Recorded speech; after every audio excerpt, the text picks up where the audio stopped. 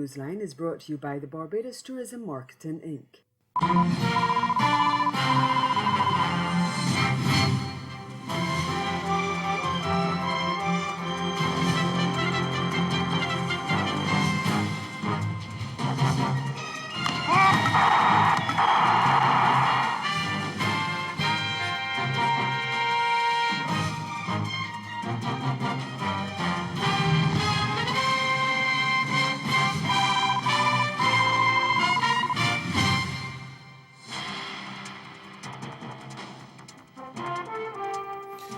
The Bahamas government will be deporting undocumented migrants who have been living in shelters since Hurricane Dorian's passage 4 weeks ago. Our top story in Caribbean Newsline for Monday, September 20. From the CMC News Center in Bridgetown, I'm Ricardo Roberts. Good evening. Thanks for joining us. Immigration Minister Ellsworth Johnson put illegal immigrants on notice as he declared that the shelters will not be used to circumvent the law, and being in one would not protect anyone from deportation. He told the Nassau Guardian newspaper, quote, "If you're in a shelter and you're undocumented and you're not here in the right way, you're still subject to deportation and the enforcement of the immigration laws," end quote. Now, soon after the Category 5 Hurricane Dorian decimated large parts of Abaco and Grand Bahama, leaving at least 56 dead and hundreds missing, Minister Johnson had announced that government would not carry out immigration exercises given the humanitarian crisis the country was facing. But he told the Nassau Guardian on Sunday night that migrants who have no legal right to be in the country face deportation regardless of where they are in the Bahamas. Johnson said with immigration officials no longer rescuing people or being utilized in any other humanitarian way, undocumented individuals anywhere in the Bahamas will be apprehended and the law will take its course. He said he had instructed the Director of Immigration and immigration officers to protect the borders of the country and to enforce the immigration laws without fear, favor, or ill will. Meantime, the government-appointed coordinator of hurricane relief efforts in Abaco, Algernon Cargill, also warned undocumented migrants against any plans for returning to that island.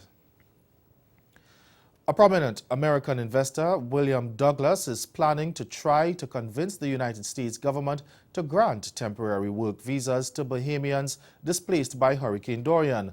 Douglas, who has deep ties in the Bahamian island of Eleuthera, said given the close proximity of the archipelago and the U.S. and their long-standing positive relationship, it could be a win-win situation.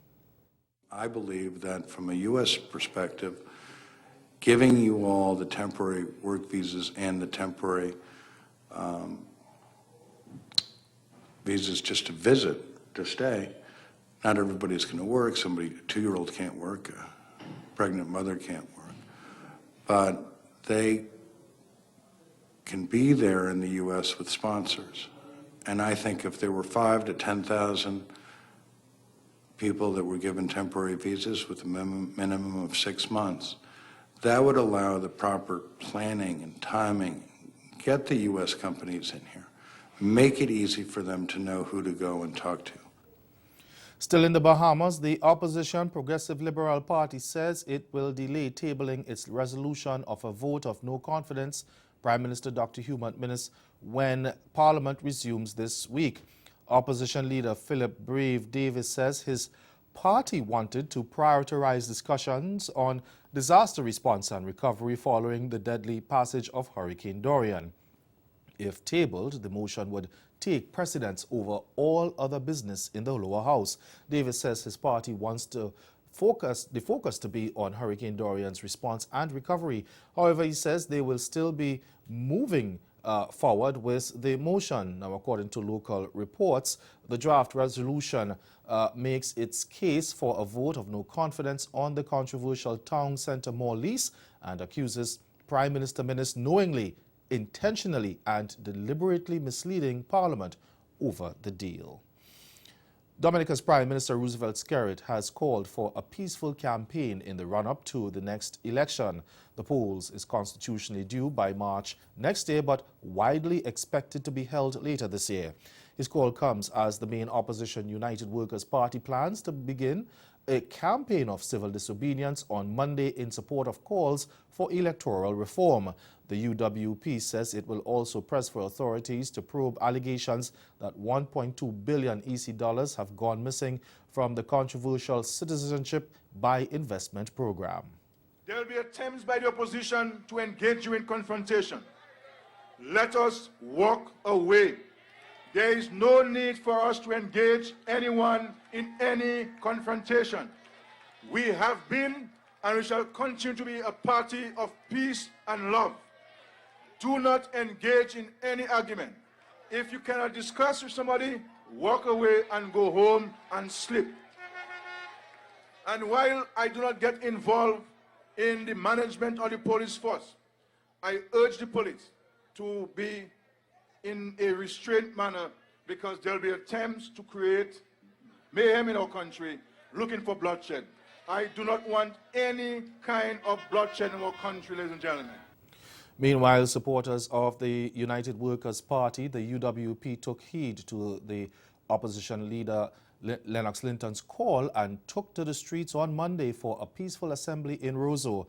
The gathering is part of a series of actions announced by the opposition UWP to press their demands for an accounting by Prime Minister Skerrit of $1.2 billion EC dollars, which opposition leader Lennox Linton insists should have been included in the 2019 to 2020 national budget. The gathering have been organized for the State House, the police headquarters, and outside the courthouse of Dame Eugenia Charles Boulevard. Addressing the party supporters, Linton says the UWP will continue to be in disobedience until Prime Minister Roosevelt Skerrit gives them answers. To thee, our country we commend. Be thou her refuge and her everlasting friend. We gather today in disobedience to the plan of one man, to deprive the people of Dominica of their right to decide who their government will be in free and fair elections. We have no responsibility in civil society to disobey unjust laws. We have no responsibility whatsoever to obey oppression, to obey abusive, corrupt leadership conduct, which is what we have been asked to do today. But the thousands of you gathered here this afternoon on the Bayfront in Roseau bear eloquent testimony to the fact that Dominica is not prepared to go down the route where Dominica loses its right to decide who its government should be in free and fair elections. Staying on the political front, but in St. Vincent and the Grenadines, former Prime Minister Arnim Eustace says he will not be contesting the next general elections. But he says he will continue to work for the main opposition New Democratic Party, the NDP. Eustace, who led the country from October 2000 to March 2001 and served also as opposition leader and president of the NDP, has been the representative for East Kingston since 1998. He thanked his constituents for their support and expressed confidence that whoever his successor was would do just as good as a job as he did, or even better. Now, while Eustace led the NDP for 4 consecutive electoral defeats, he has been credited for rebuilding the party that he inherited in October 2000 from its founder, former Prime Minister Sir James Mitchell, who quit electoral politics in October 2000. General elections are constitutionally due by March 2021, but it is believed residents could go to the polls by the end of this year. Speaker of the Senate in Haiti, Carl Cantave, remained tight-lipped on Monday on the outcome of Sunday's meeting with legislators to discuss the ongoing political crisis. Now, ahead of talks, Kantave said the aim was to discuss their differences and address the political situation. He confirmed that the meeting did take place but refused to divulge the names of the legislators who attended or what was discussed.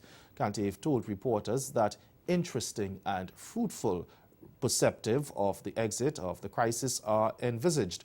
They will urgently be amplified and enhanced in broader meetings with more senators and with other sectors of national life. Now, opposition parties have been staging street protests demanding the resignation of President Jovenel Moïse, whom they accuse of corruption. They have also been protesting a fuel crisis that has left gas stations across the country closed. And on Sunday, opposition parties renewed their call for protest action on Monday and Tuesday. Meantime, opposition political parties have warned the Religions for Peace Haiti not to support a call by President Moïse for them to mediate in efforts to establish a government of national unity in the country. Opposition spokesman Skila Louis-Dor, who is a member of the Famini Lavalas party, said they would not like the group to be added to the list of people who have no credibility in the country. He insisted they will not dialogue with Jovenel Moïse and give no mandate to Religions for Peace. Last week, Moïse, in a Twitter message, said he had requested the interfaith group to act as a facilitator to ensure efforts at a government of national unity to receive the support of other stakeholders. And still to come, Trinidad's former Attorney General to reappear in court in January on charges of misbehavior in public office. Stay with us. More news after this.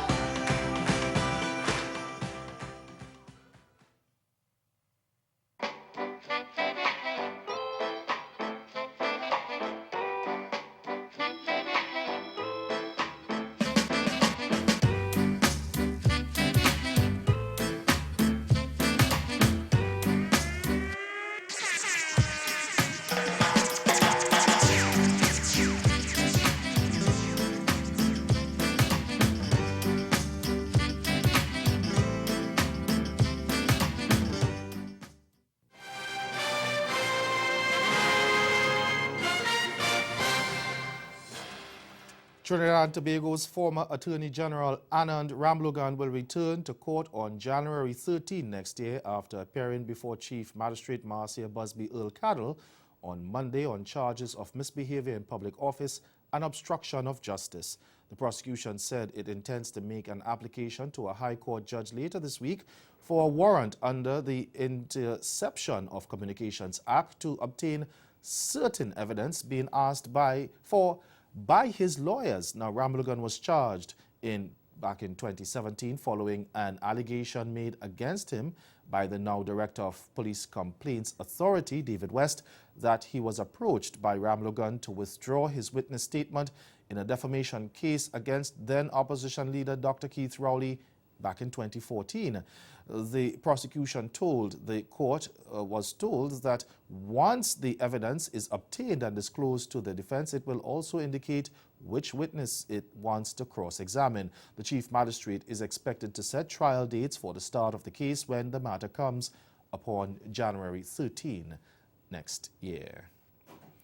Advice for the Caribbean on maintaining a healthy heart as the region observes World Heart Day. Dominica declares a dengue outbreak and calls for more attention to be paid to mental illness among adolescents. Marie Claire Williams has the details in this week's Newsline Health.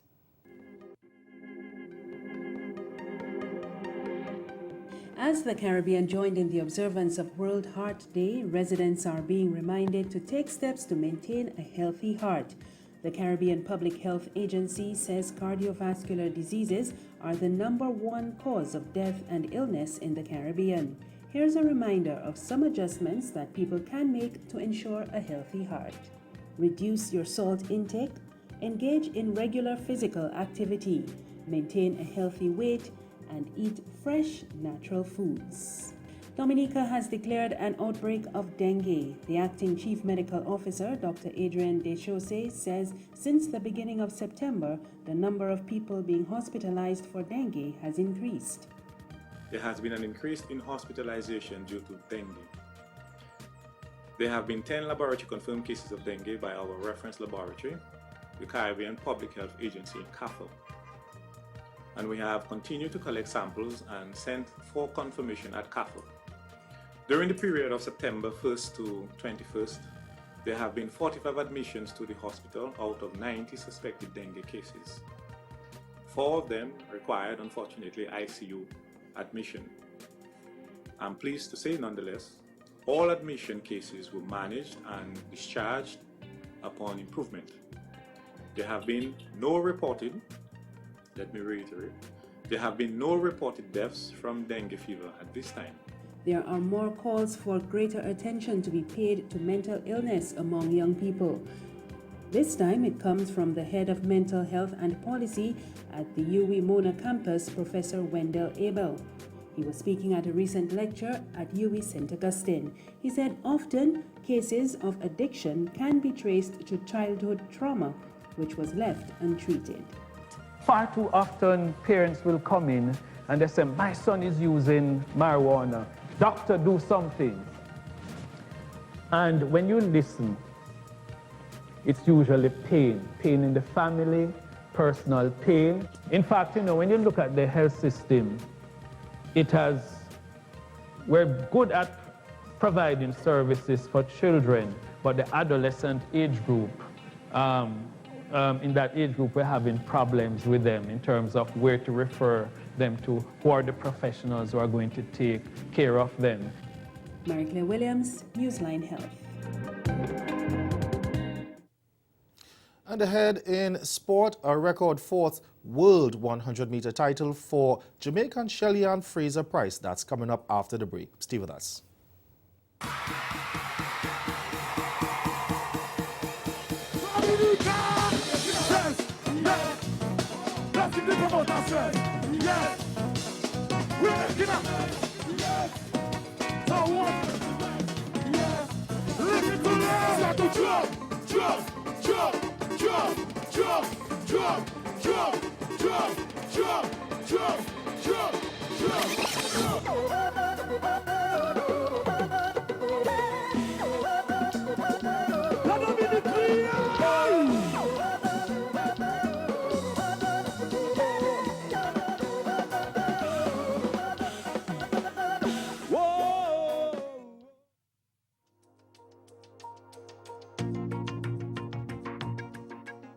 After an emergency, you can help yourself and others by looking, listening, and linking. Looking because you want to see if the person has some signs that is in distressing. Looking for the symptoms, how best you can support the person. And then listening, because listening is very important. Listening with your ears, listening with your eyes. If you do that well, then you'll be able to link them to the appropriate resources. Be ready, look, listen, and link.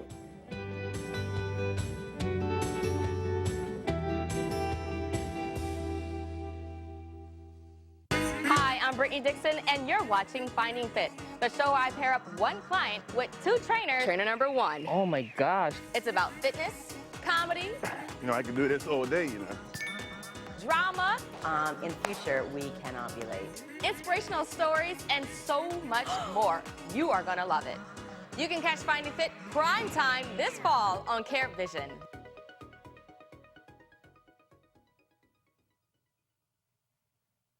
Well, sitting atop of the New York Times list for best fiction writing this week is, well, the New York Times.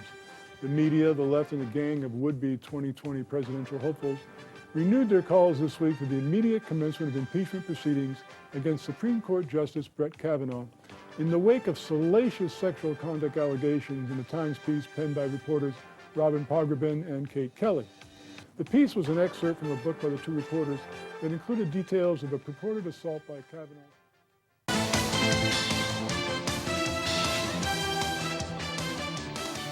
Jamaican Shelly-Ann Fraser-Pryce stormed to a record fourth 100 meters world title on Sunday night at the Doha World Championships, producing a world-leading time to dismiss her field with a commanding run. Now, running out of lane 6 at Khalifa Stadium, the 32-year-old darted from the blocks to quickly assert her dominance and was already leading after 40 meters, with the field struggling to keep her pace. England's Dina Asher-Smith came with a flying late run from lane 7, but it was not enough to stop Fraser-Pryce, who crossed the line first in 10.71 seconds and celebrated by punching the air. It's a clean start. There's a roar from the crowd. Shelly-Ann Fraser-Pryce gets a good start. Dina Asher-Smith going well. Fraser-Pryce is going to get there. What a performance. Fraser-Pryce, and it's silver for Dina Asher-Smith. Another gold. Her legacy as one of the all-time greats is surely complete. Meanwhile, Frederick Dakers copped silver in the finals of the discus throw on Monday. The Jamaican made his mark on his second throw of 66.94 meters. He was beaten by Swedish thrower Daniel Stahl, who made his mark of 67.59 meters in his third attempt.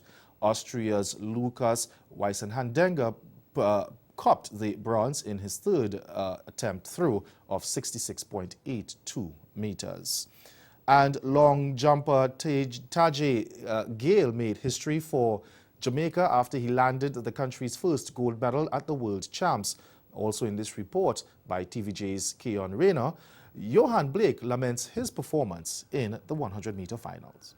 Tajay Gale only squeezed into the long jump final as the 12th qualifier, but he quickly made amends with a huge jump of 8.46 meters to put the field under pressure. And Gale was not finished. He went on to leap even further with 8.69 meters, the 10th farthest jump ever, to land Jamaica's first ever gold in the event after James Beckford's double silver in 1995 and 2003. It means everything to me because not only the gold, but the national record. So today is like the best day of my life. So. Johan Blake had a chance to win a second world title in the 100 meters, but faded to 5th in 9.97 seconds after a great start as American Christian Coleman landed gold in 9.76 seconds. When I get the lane 8, psychologically, over the years, I've been getting lane 8, and that's been good for me. I just think I just didn't react. I just didn't feel myself out lane 8 like I wanted to be in the middle, because semi-final I was feeling fine, and the finals, I don't know.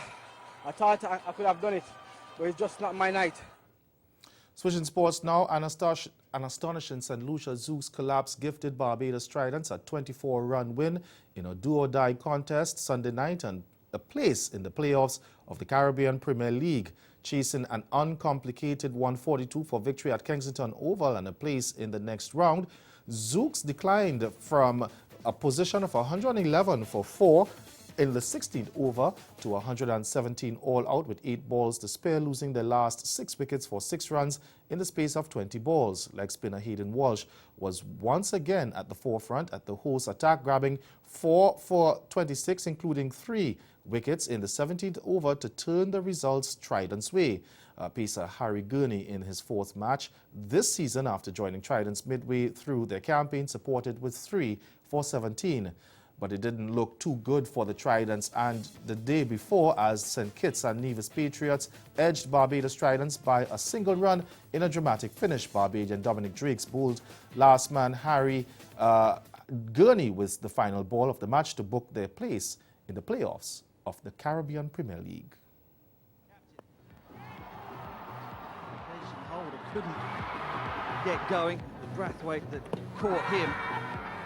Nurse knocked over by Cottrell, and at this point the wheels were coming off the Barbados Trident's reply. There was still some hope while JP Duminy was at the crease, but he followed soon after. And then Raymond Rifa at the bottom of the order, giving some hope to the Barbados Trident's fans around the ground. Aidan Walsh Jr., he was next to go. Captain Carlos Brathwaite held on to that.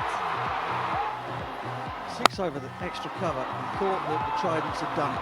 But this cool piece of thinking and brilliant throw from Laurie Evans sent Reefer back and sent the Patriots into raptures. Harry Gurney was no match for young Dominic Drakes. And Carlos Brathwaite was in raptures. Still in cricket, West Indies will host Ireland in the full limited over series for the first time ever when the two teams clash in 3 one-day internationals and T20s next January.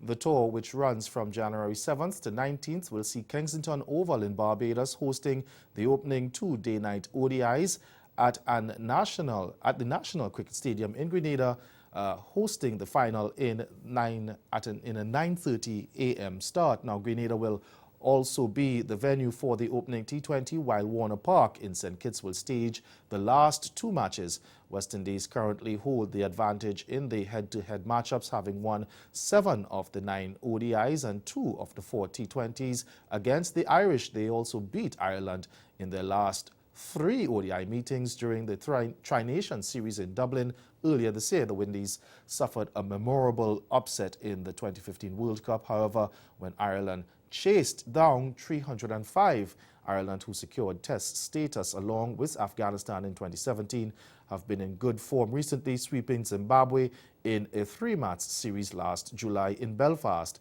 West Indies are ranked 9th in the ODI rankings, while Ireland are 2 places lower. And that's the sport. Stay with us. We'll be right back. Caribbean Newsline is brought to you by the Barbados Tourism Marketing Inc.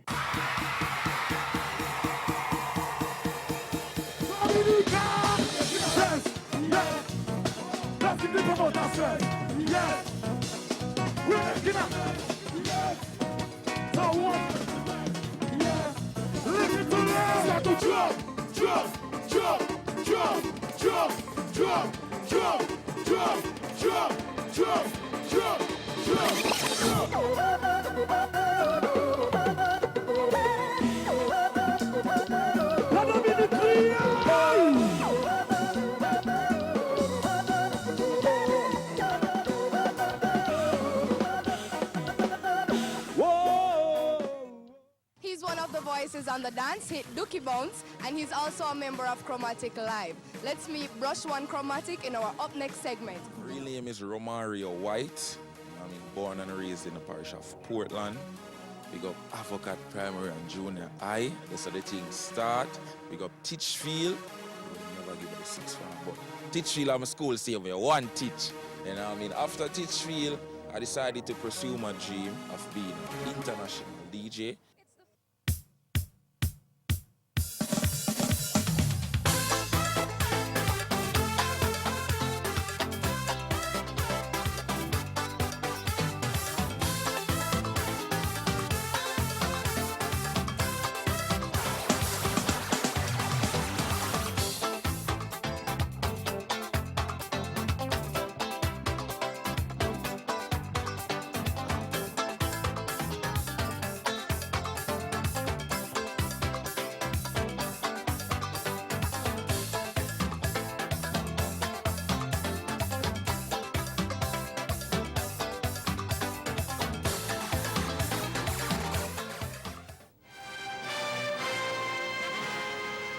Again, the major developments of this day: the Bahamas government says it will deport undocumented immigrants who have been living in the shelters since the passage of Hurricane Dorian. And in sports, Jamaican Shelly-Ann Fraser-Price wins a record 4th 100-meter world title. That's Caribbean Newsline. For news and sports round the clock, subscribe to CanadaNews.com We'll be back here again tomorrow, but from all of us at CMC News, thank you for watching. Have yourselves a wonderful evening.